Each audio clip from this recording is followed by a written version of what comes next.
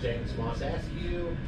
James, James, Moss, Moss, Askew, Askew. I am a wildlife, local, and exotic veterinarian here in Mississippi, and this is what I do for fun.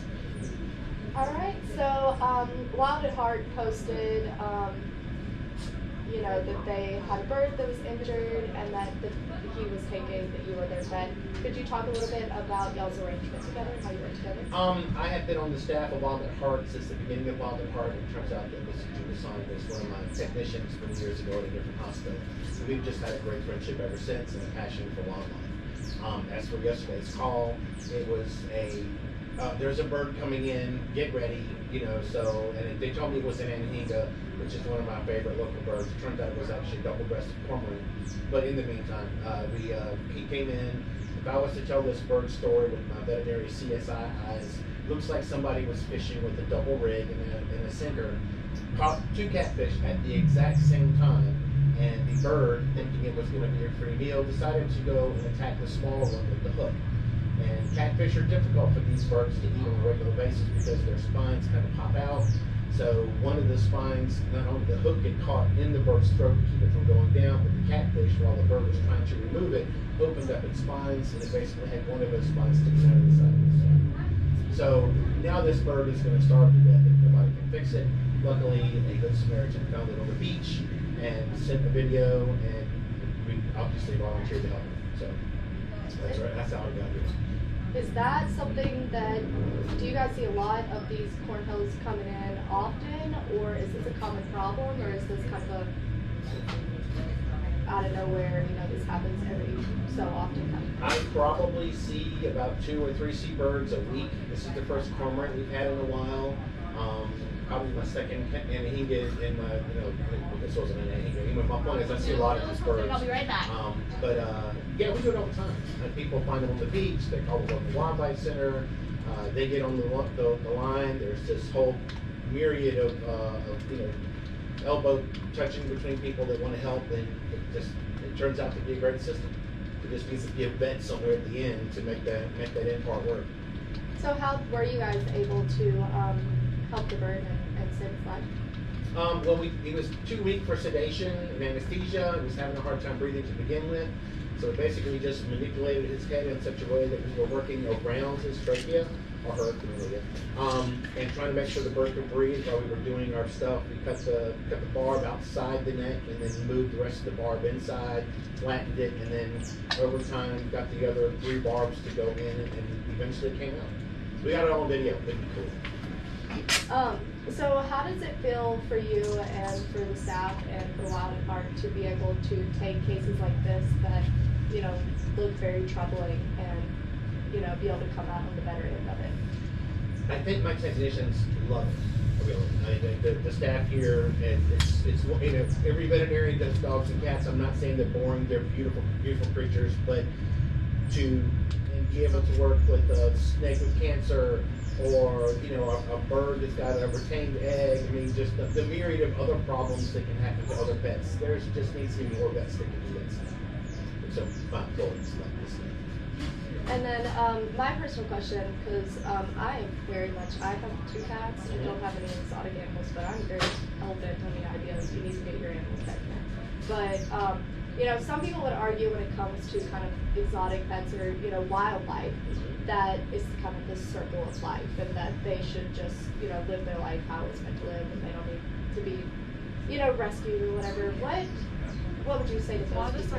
You know, when you have a situation like this where you bring in a bird who, you know, swallowed catfish, and, you know, ideally they would just pass away, but you go out of your way, you and Wild at Heart go out of your way to make sure that these animals continue to live in the wild.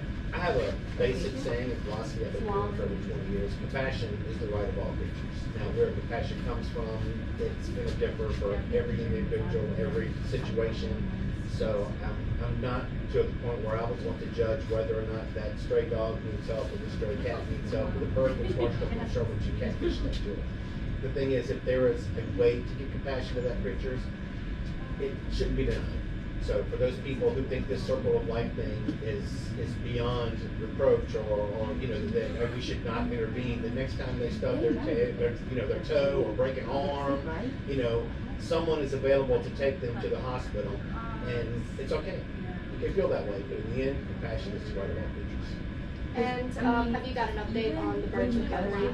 The last picture I saw of the bird was it was wrapped up in a nice little bunny wrap.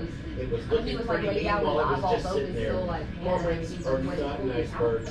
It's just one of those things. It's really funny. In the video, as they're pulling this thing out, I get to look in its mouth one last time, and it just instantly goes into a rage, like, how dare you do this to me, you know? But it's funny.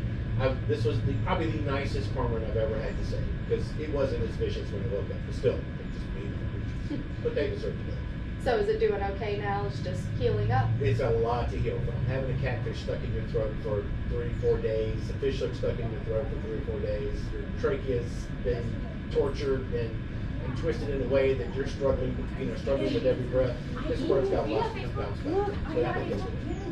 And will it fill up to kind of what it was before? I believe it'll be released. It'll be a meat on bird and come back and haunt me another day. Perfect. Thank you. That was perfect. Wild at Heart and Dr. James Askew were able to save the life of a bird that washed ashore. The double-crested cormorant was found on the beach with a catfish and a hook lodged in its throat. Catfish are known to stick their barbs out when in danger. The bird was unable to swallow or spit it out. Wild at Heart rushed the cormorant to Dr. Askew, who was able to remove the catfish and the hook. Dr. Askew is a wildlife and exotic veterinarian who partners with Wild at Heart to help wildlife. I have a basic saying and philosophy I've been doing for over 20 years. Compassion is the right of all creatures. Now, where compassion comes from, it's going to differ for every individual, every situation.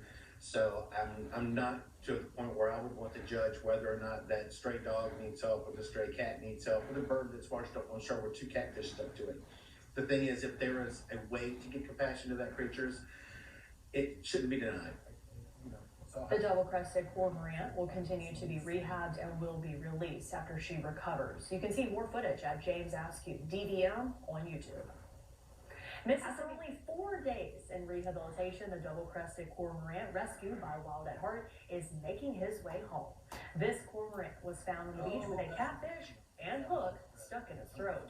When someone found him, Wild at Heart sprung into action. Dr. Askew, an exotic veterinarian, was able to remove the catfish and hook from his throat. The cormorant was released at the Gulfport Beach with Dr. Askew, his rehabber, and the man who found him, Matt Wells, watching together as the bird waded into the water. Rehabber Joshua Holland explains why the bird was only in their care for 4 short days. Because he's a wild animal, he's not meant to be in a cage. And so the short rehab did exactly what it was supposed to do. It showed me that there was no infection setting in. It showed me that he had to fight to keep going, because he tore me up, a couple times, and he wanted to be free. He wanted to be wild. He wasn't ready to quit. So it was about giving him what he needed and getting him back out there. Holland told News 25 that the cormorant will likely return to his mate now that he's free.